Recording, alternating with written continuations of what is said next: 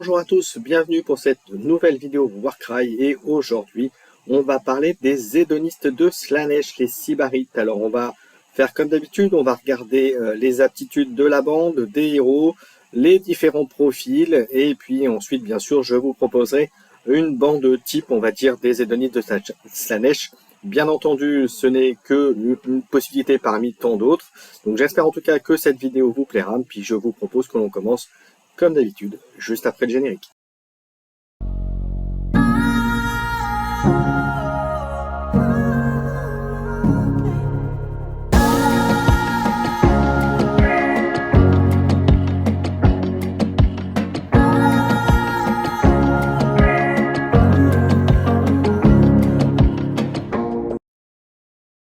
Commençons ces hédonistes de Slaanesh Sybarites avec bien sûr les capacités de la bande. Et on peut voir que ça commence par une réaction douleur partagée. Un combattant peut faire cette réaction après avoir été ciblé par une action d'attaque de mêlée, mais avant de faire les jets de touche. Pour chaque jet de touche de cette action d'attaque qui donne une touche, allouez un dégât au combattant attaquant. Pour chaque touche critique, allouez à la place 2 dégâts au combattant attaquant, ce qui est très fort. Voilà, donc si c'est une très bonne aptitude, une très bonne réaction, voilà, même notamment si vous l'utilisez lorsque vous allez par exemple perdre une figurine, eh bien ça veut dire que ok vous allez mourir, mais vous êtes sûr de mettre des dégâts en retour à votre adversaire, donc c'est vraiment très bon. Ensuite, on enchaîne avec la capacité double qui s'appelle Vélocité incomparable. On ajoute 3 à la caractéristique de mouvement de ce combattant pour cette prochaine action de mouvement. Un double qui permet de rajouter 3 mouvements, et bien écoutez, c'est plutôt très bien. Après, il faudra voir bien sûr et ajuster ça avec les différents profils des unités et même des héros, puisque les héros peuvent avoir cette capacité, puisqu'on voit que c'est accessible à toute la bande des hédonistes de Slaanesh. Donc vous voyez, un double très intéressant. Et ensuite, on continue avec un autre double, cette fois-ci, donc avec les icônes concernées. Danse de la lame gémissante, jusqu'à la fin de l'activation de ce combattant, ajoutez 1 aux dégâts alloués au combattant ennemi pour chaque touche et touche critique de ses actions d'attaque de mêlée. Là encore, un double qui est plutôt efficace, rajouter 1 aux dégâts, c'est toujours intéressant, surtout que je vous rappelle, et je l'ai déjà dit, dans cette V2, les points de vie ont plutôt tendance de se payer cher, que ce soit en coût ou en capacité d'unité. Ensuite, on enchaîne avec un autre double, esclave de leur pulsion. Un combattant ne peut utiliser cette aptitude que s'il y a un combattant ennemi visible à 6 de lui. Ce combattant effectue une action de mouvement bonus et doit la terminer plus proche du combattant ennemi visible qu'il ne l'était au début de cette activation. Donc là, c'est là aussi pour un double une très bonne capacité. Voilà, obtenir un mouvement bonus, c'est toujours intéressant. Maintenant, la contrainte, c'est d'être à 6 de celui-là, mais ça peut permettre effectivement avec ce double de se rapprocher et de pouvoir être à distance pour aller frapper derrière la figurine ennemie.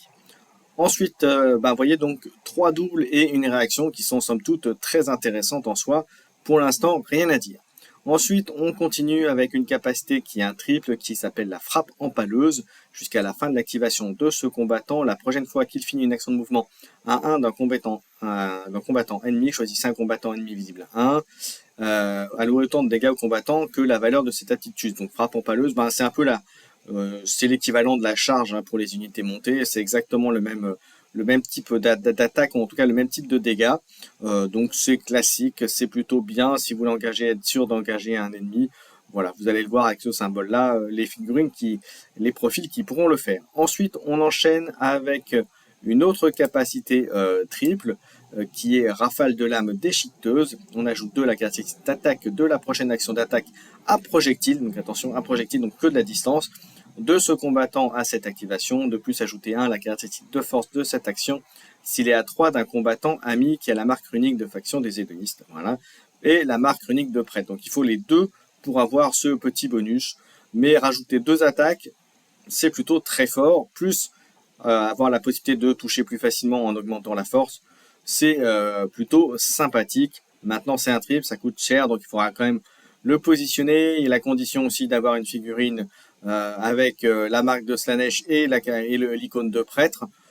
Mais après tout, pourquoi pas. il faudra voir après au nombre de figurines et ce qu'il y a possible de faire en combo, on va dire, de ce trip-là. Ensuite, dernière capacité pour le générique, on va dire, de la bande, c'est le quadruple excès égocentrique. Ce combattant peut faire une action de mouvement bonus ou une action d'attaque bonus. De plus, chaque fois qu'un combattant est mis hors de combat par une action d'attaque de ce combattant, à cette activation, il peut effectuer une action de mouvement bonus ou une action d'attaque bonus. Donc ça peut faire très mal. Attention, c'est un quadruple, c'est conditionné aussi à ce que joue votre adversaire, à ce que vous jouez vous également. Mais ça reste, à mon sens, un bon quadruple. Tout dépend après, il faut le bonifier, c'est-à-dire que l'effet bonus de ce quadruple soit effectué pour rentabiliser le fait d'utiliser un quadruple pour cette action. Voilà, on a vu les capacités de la base des hédonistes de Slaanesh. On va maintenant regarder leur profil. Alors, les unités des hédonistes de Slaanesh. On va commencer avec le premier profil, le rabatteur avec pince-lance pour 135 points. Il se place à 10. 4 d'armure, 20 points de vie. Il peut taper à 2, ce qui est toujours utile, toujours pratique. 3D, force 3, 1, 4, c'est là où le bas blesse. Alors même s'il a des points de vie et qu'il a du déplacement, faire que 1-4 avec 3D, voilà. Après, le seul intérêt, c'est ses points de vie, mais c'est aussi sa capacité de mouvement et de taper à 2. Donc concrètement, il peut taper jusqu'à 12, donc c'est plutôt pas mal. On continue avec l'archer Ardillon pour 95 points. Il peut taper jusque de 3 à 15, 2D, force 3, 1, 3. Et au corps à corps, 3D, force 3, 1, 3. Il se déplace à 5, 3 d'armure, 8 points de vie. Pour un profil à 95 points, c'est plutôt bien. Maintenant, c'est pas là-dessus que vous allez faire des dommages. Mais ça peut être une bonne unité de soutien ou de complément ou pour finir une liste. Mais ça, on verra tout à l'heure la liste que je vous ai préparée. On enchaîne avec le rabatteur avec Knut Infernal, là aussi créature montée, 135 points comme le précédent, 10 de déplacement, 4 d'armure, 20 points de vie, tout pareil. Par contre, il peut taper à 3, 4D, force 3, 1, 3, et bien là clairement, si j'avais à choisir entre les deux, je préférais cette dernière unité. Pourquoi? Bien parce que ça peut taper à 3, donc 1 de plus avec 1 dé de plus, alors même si on perd 1 sur le critique, eh bien on lance quand même 4D au lieu de 3 et ça peut faire toute la différence. Ensuite, on enchaîne avec l'homoncule Elexki pour 55 points. Il se déplace à 5, 3 d'armure et 8 points de vie. Et il tape qu'au corps à corps, 3D, force 3, 1, 3. Là, c'est bien, là aussi pour finir une liste, mais bon, c'est pas extraordinaire. Disons que le profil de l'archer est finalement presque meilleur, même s'il coûte 40 points de plus. Ensuite, on enchaîne avec le tracker Fluide Lame pour 155, là aussi monté. Il tape à 2, 3D, force 4, 2, 4. Il se déplace à 10, 3 points d'armure et 20 points de vie. Pour 150, il coûte 20 points. Il n'y a pas un gros intérêt de plus, à part qu'il va fiabiliser entre guillemets les dégâts avec du 2-4 pour 3D. Maintenant, je préfère quand même, et pour un coût moindre, le rabatteur avec Knut Infernal qu'on a vu juste avant. On enchaîne ensuite avec le tracker Ardillon, figurine montée pour 150 points, avec de la distance et du corps à corps, de la distance 3-15, 2D, force 3, 1-3, et au corps à corps, 4D, 4D, force 3, 1-3, en sachant qu'il se déplace à 10, 3 d'armure, 20 points de vie. Un profil qui, à mon sens, ne vaut pas le coup, si ce n'est qu'il a la polyvalence de pouvoir tirer et de combat et de taper au corps à corps, et de se déplacer vite. Maintenant, pour 150, je préfère rentabiliser sur des unités moins chères.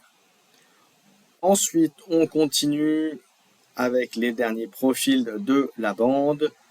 Le Slangor Sanguivore pour 175 points, qui tape, donc qui se déplace à 6, qui a 4 points d'armure et 20 points de vie, qui peut taper à 2, 4D, force 4, 2, 5. Et là, pour le coup, c'est une figurine qui déjà me parle plus en termes de coût et en termes d'intérêt de jeu, et qui combine encore un peu mieux, pareil, avec les capacités, les aptitudes d'unité qu'on a vu un petit peu avant. On enchaîne avec l'âme-sœur Simbaresh avec fouet écorcheur pour 110 points. Il se déplace à 4, 4 d'armure, 15 points de vie. Il peut tirer à taper à 3 pour 4D, force 3, 2, 4. Là encore, pour un profil à 110 points, il est plus intéressant, même s'il n'a pas de distance. il est quand même capable avec KD de tenir et un combat sans souci. Ensuite, on continue avec le tortionnaire Mir Midesh pour 105 points. Il se déplace à 4, 5 d'armure, 15 points de vie. Il tape uniquement au corps à corps, 4D, force 3, 2, 4. Bon, bah là, clairement, j'ai quand même une préférence pour le l'hamster Simbaresh avec fouet parce que il peut taper à 3 tandis que lui ne se déplace qu'à 4 et finalement ne tape qu'au corps à corps. Voilà pour mon avis personnel. On continue avec l'hamster Simbaresh avec Fendoir Immoral pour 120 points, donc 10 de plus que son compère juste au-dessus. Il tape à 2 force, avec 3D, force 5, 2, 4. Bon, bah, 4 déplacements, 4 d'armure, 15 points de vie pour 120. Pour 10 points de moins, je préfère quand même la figurine au-dessus. Toujours pour les mêmes raisons, parce que même si ça tape moins fort, ça a un dé en plus, ça a comment dire, un rayon d'action un plus important pour frapper. Donc voilà, pour toutes ces raisons, je préfère l'hamster, mais après tout, vous pouvez bien sûr, vous êtes libre de préférer et de ne pas être d'accord avec ce que je dis, bien entendu. Et enfin, un dernier profil, c'est des unités, c'est l'hamster Simbaresh avec lame impitoyable pour 115, donc un milieu entre le 110 et le 120 qu'on a vu un petit peu avant. Il tape uniquement au corps à corps, 4D, force 4, 2, 4, 115. 4 de déplacement, 4 d'armure, 15 points de vie. Bon ben, clairement, dans les hamsters, je préfère le premier qu'on a vu, c'est-à-dire celui avec le fouet écorcheur, qui à mon sens me paraît le meilleur ratio qualité-prix en termes de figurines. Voilà, on a vu les profils les aptitudes de bande des unités, les profils des unités justement, et on va parler maintenant de ce qui reste, c'est-à-dire des héros. Allez, il est temps de parler des héros et de voir leurs 3 capacités, leurs 3 aptitudes, et donc on va voir qu'elles sont plutôt sympathiques et assez violentes. Alors pourquoi? La première, c'est celle, donc la générique, qui est accessible à tous les héros et leaders des Hédonites de Slaanesh Sibarites, donc c'est un double violence et excès. Ça vous permet, lorsque à l'activation de ce héros ou leader, vous mettez un combattant ennemi hors de combat, ça vous permet de faire une action de bonus de mouvement ou d'attaque, ce qui est plutôt très fort pour un double. Donc bien entendu, si vous voulez vraiment utiliser cette capa, cette aptitude, mettez plutôt des héros, des leaders qui vont être capables de donner des bonnes pêches, des bonnes patates, en tout cas capables de limiter des unités ennemies. Donc à mon sens, déjà une première bonne aptitude de héros. Ensuite, deuxième aptitude de héros, c'est un triple, c'est vrille de fumée surnaturelle, qui, là encore, si vous avez les icônes correspondants, est une aptitude plutôt sympathique, puisque jusqu'à la fin du round de bataille, vous soustrayez 1 à la caractéristique d'attaque jusqu'à un minimum de 1, des actions d'attaque des combattants ennemis, tant qu'ils sont à 6 de ce combattant, donc c'est plutôt très fort. Très situationnel, donc il faut savoir, il faudra bien placer votre héros, votre leader qui aura cette aptitude. Mais voilà, pour un triple, c'est quand même très fort. Ça réduit les dommages, potentiellement les dommages que peut subir votre bande. Donc rien que pour ça, c'est déjà très bon. Et enfin, la dernière aptitude, un quadruple, donc paragon de dépravation, jusqu'à la fin du round de bataille, ajouter la valeur de cette aptitude à la caractéristique de force des actions d'attaque de mêlée des combattants amis visibles tant qu'ils sont à 6 de ce combattant. Alors, là aussi c'est situationnel puisque ça nécessite un placement, c'est également un quad, donc un quadruple qu'il faut faire, donc plus dur à réaliser, mais il n'empêche que ça vous permet de faire en sorte que vos combattants, dans le rayon d'action des 6 pouces, quasiment fassent du toucher très facilement puisque ça va augmenter la force. Voilà, attention tout de même, voilà, là encore il faut faire attention au placement, donc comme le triple juste avant, essayez de faire en sorte que ça justifie au moins pour 2 ou 3 figurines de votre bande ou pour le triple de la bande adverse. Voilà, donc vous voyez des très bonnes capacités. Maintenant, il faut voir maintenant avec les profils. Alors, que nous proposent ces héros, ces leaders dans cette faction, dans cette bande? Alors, on va commencer avec l'éclat d'oracle qui est à 120 points. Alors, on peut voir, il se déplace à 4, il a 3 d'armure et 18 points de vie. Il a de 3-7, 2D, force 3, 3-6, donc ça quand même envoie bon dégâts, même si c'est que 2D, et au corps à corps, il peut taper à 2, 3D, 3D, force 3, 1-4, ce qui est quand même très correct pour un leader, avec d'une possibilité d'engager un combat à 2 et de faire une attaque à distance. Donc là, on voit que c'est plutôt sympathique. Donc, à mon sens, un bon leader de base, et puis il a la capacité de réduire les dommages. On a vu tout à l'heure les aptitudes donc Les deux combinés fait que l'éclat oracle est à mon sens un très bon leader pour cette bande. On continue avec ensuite la côté avec le grand tentateur tracker Ardillon pour 190.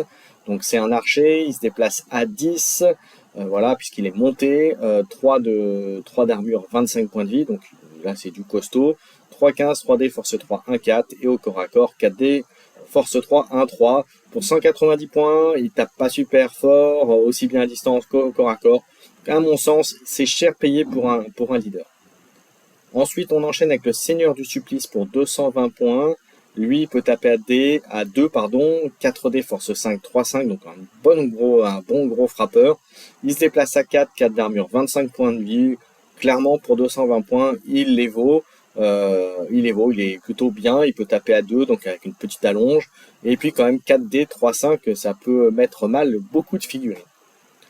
Ensuite, on a le maître doloriste Myrmidèche pour 155, qui tape uniquement au corps à corps, 4D, force 4, 2, 4. 155 points, il se déplace à 4, 5 d'armure, 20 points de vie. Il est correct sans plus, voilà, il est moyen, il tape correctement, il a quand même 4D, pour du 2-4 c'est quand même bien. Mais voilà, après il a 5 d'armure, donc il est capable de bien encaisser. 20 points de vie, c'est correct. Disons que pour 155 points, c'est bien. Ensuite, on a le veneur avec pince-lance, pardon. Et lui, hop, lui, il coûte 180 points, ce qui est assez cher. Il est monté, 4 d'armure, 25 points de vie. Il peut taper à 2, 4D, force 3, 1, 4. C'est très moyen, même si c'est 4D pour 180 points. Alors oui, on a la mobilité avec cette unité.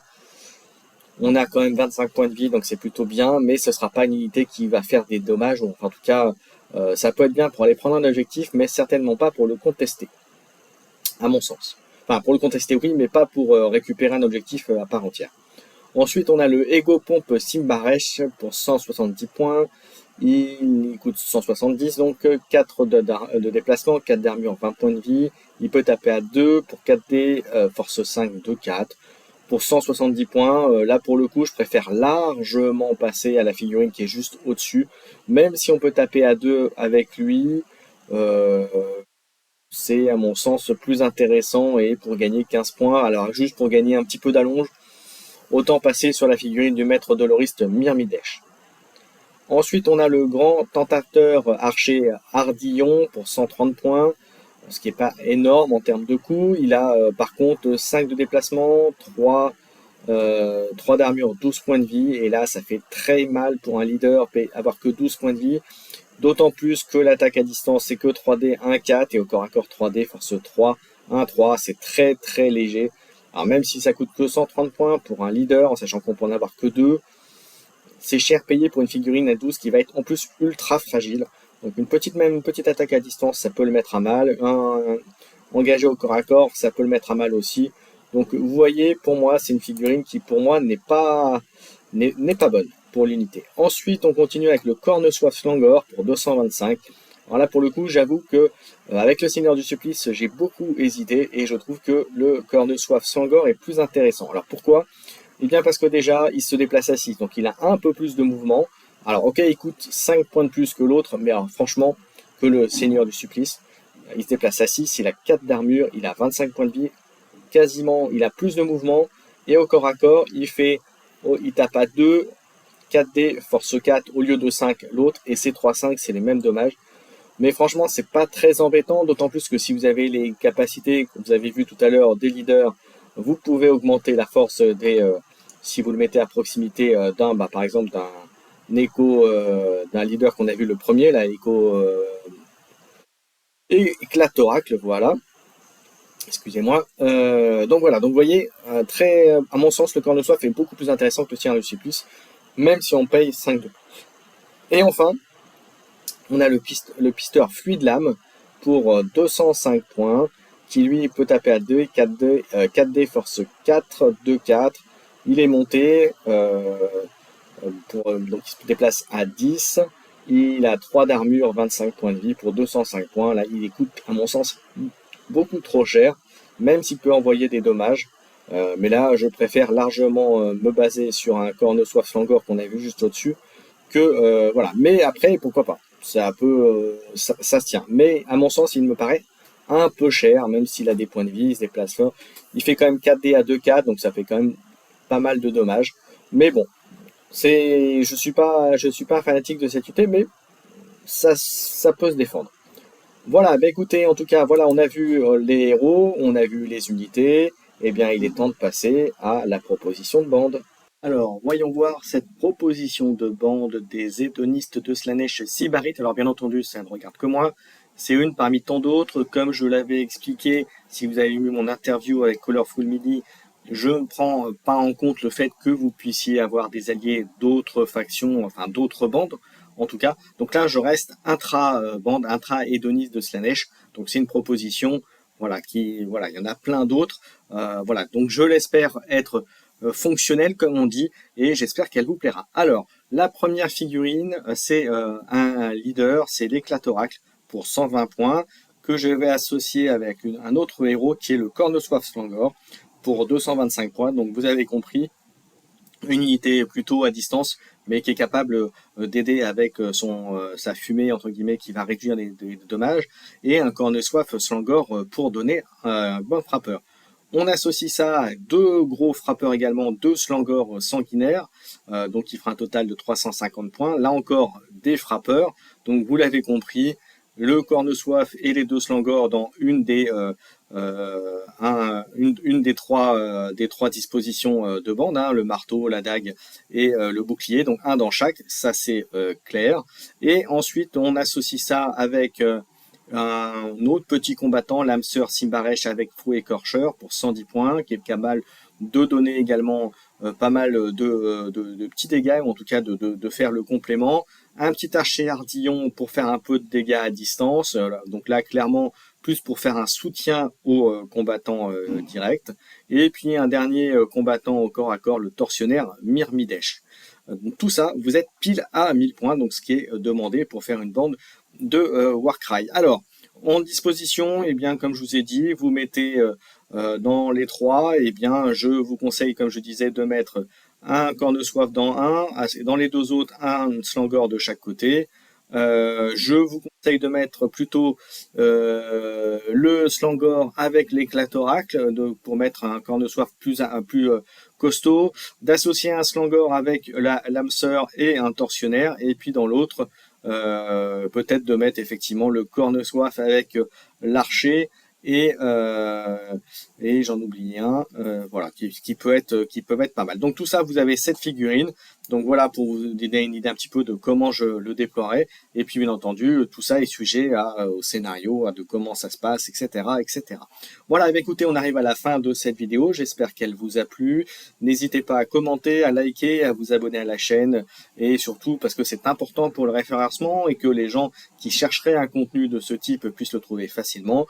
N'oubliez pas non plus d'aller faire un tour sur le site de partenaire de la chaîne MaxiRev, où vous avez la possibilité, si vous n'êtes pas déjà client premium, de le devenir grâce à la chaîne. Vous dites que vous venez de la part de Keycord, et vous aurez en plus 10% de réduction sur vos prochaines commandes. Voilà, j'en ai terminé. Merci à tous et on se retrouve très bientôt pour plein d'autres contenus Warcry sur la chaîne, avec notamment un Warcry Corvus qui va arriver très bientôt. Ciao, ciao!